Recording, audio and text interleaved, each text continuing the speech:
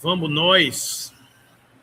Então, hoje estamos dando sequência, né, ao capítulo 10, Bem-aventurados os que são misericordiosos. E hoje a gente entrando aqui nessa parte do Evangelho, quando ele diz que o sacrifício mais agradável a Deus. Então, dentro dessa temática, a gente já viu a necessidade do perdão, né? A gente viu isso aqui, o perdoai para que Deus vos perdoe. A gente viu a reconciliação com os nossos adversários, enquanto estamos a caminho com ele.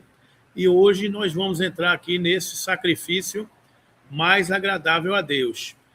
Então, o Evangelho de Mateus, também no capítulo 5, que é o Sermão das Bem-aventuranças, ele diz o seguinte: se, portanto, quando fordes depor vossa oferenda no altar, vos lembrares de que vosso irmão tem qualquer coisa contra vós, deixai a vossa dádiva junto ao altar e antes reconciliar-vos com vosso irmão. Depois, então, voltai a oferecê-la. Então, essa é a temática do Cristo, quando ele, falando à multidão, ele fazia menção. Jesus sempre estava contextualizado numa realidade de uma época, falando uma linguagem que o povo tivesse condições de compreender. Então, naquele tempo, era comum as pessoas fazerem oferendas aos altares nos templos religiosos. Oferendas de animais, oferendas de uma pomba, de um carneiro, de um boi, que muitas vezes era compatível com o poder econômico de cada um. Comprar uma pomba é mais barato do que comprar um boi. Então, é um pouco o que acontecia com aqueles vendilhões do templo. Eram comerciantes que vendiam animais para serem sacrificados ao templo, né? Então, entendia-se que as pessoas fazendo essa oferenda aos deuses estariam quite com a lei de Deus. Eu vou fazer um sacrifício, eu vou sacrificar um carneiro.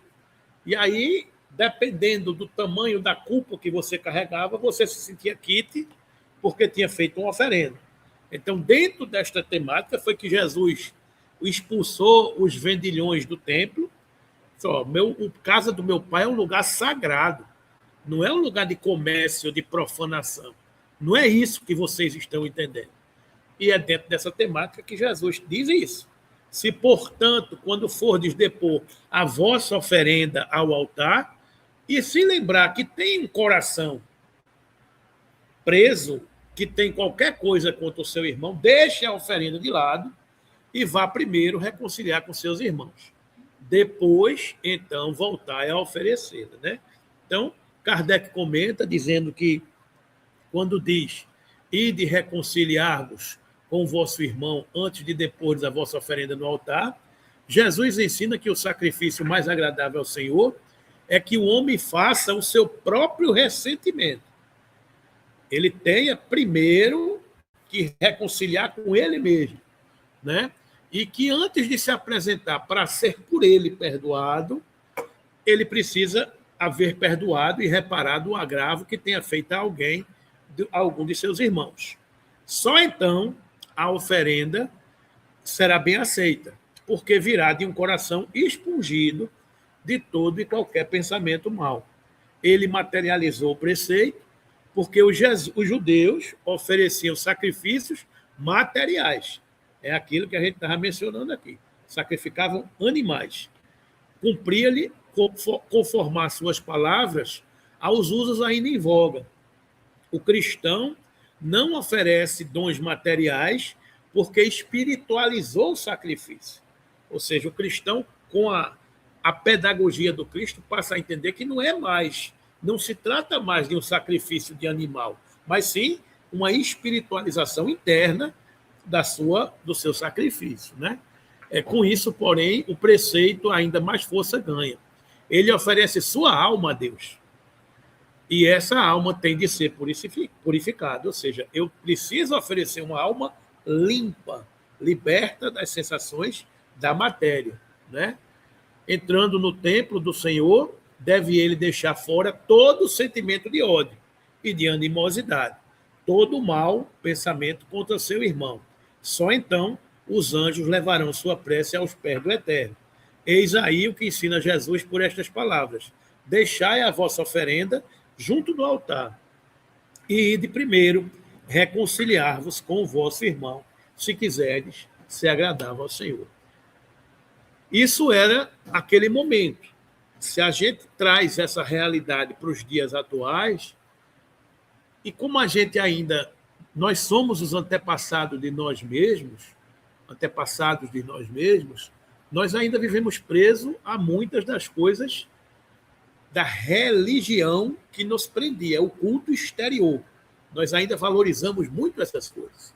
Então, se antes eu oferecia o sacrifício de um animal para ser purificado, eu avancei e vou para uma igreja e comungo, e faço o sacrifício de comungar, e acho que com aquilo ali, as minhas penitências, os meus pecados serão perdoados, porque é a comunhão.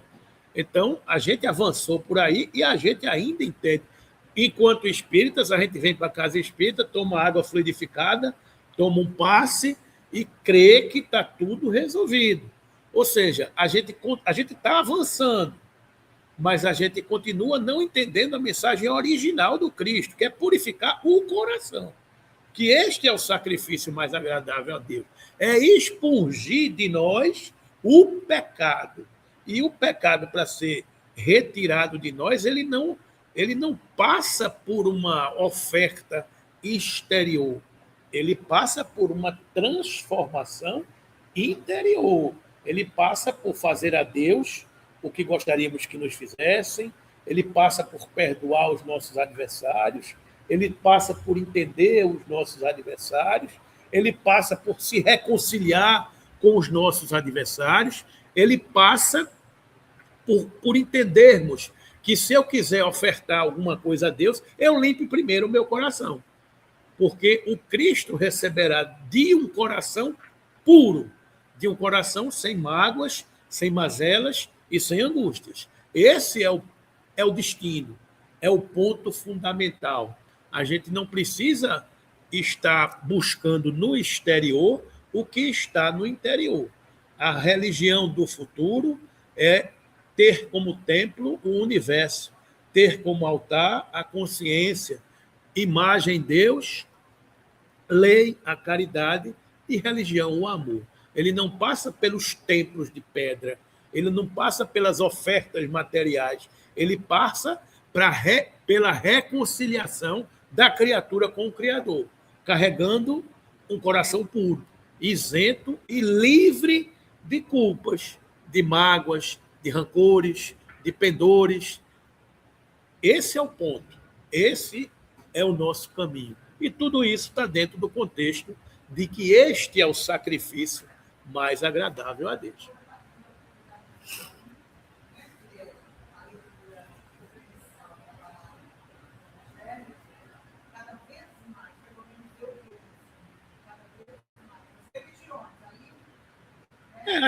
Nós todos. Elas estão mais materialistas, mais, sabe, aquela coisa assim, você tem que olhar, você tem que dar um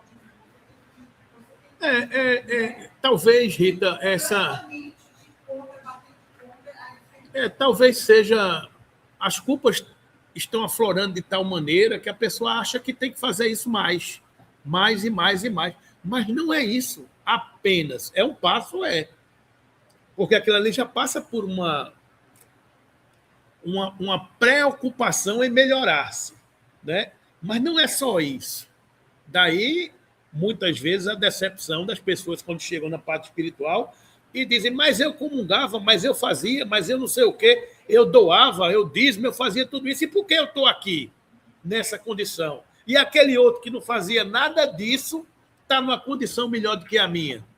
Porque o outro carregava um coração puro. Era uma condição, o óbolo da viúva, as pessoas fazendo oferenda ao altar, e ela esperou todo mundo passar e deu o que tinha para dividir com o próximo. Ou seja, o sacrifício mais agradável foi o dela, Porque ela deu o que não tinha, ela deu o que lhe fazia falta. Não é a caridade de dar o que não me serve mais. Não é a caridade de dar o que eu já joguei no lixo. É a caridade de dar de você. Dar o seu ouvido, dar a sua atenção, dar o seu respeito, dar a sua dignidade, dar a sua empatia, dar a sua solidariedade, entender a dor do outro. Esse é o sacrifício mais agradável a Deus.